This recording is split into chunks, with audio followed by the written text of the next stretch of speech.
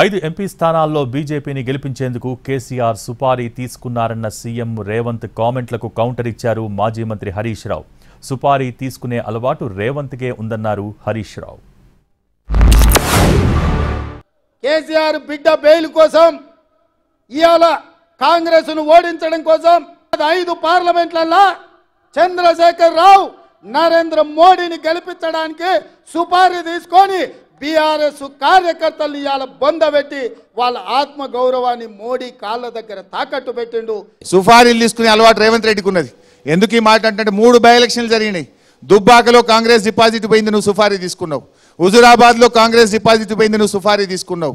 మునుగోడులో నీ డిపాజిట్ పోయింది, నువ్వు సుపారీ తీసుకున్నావు.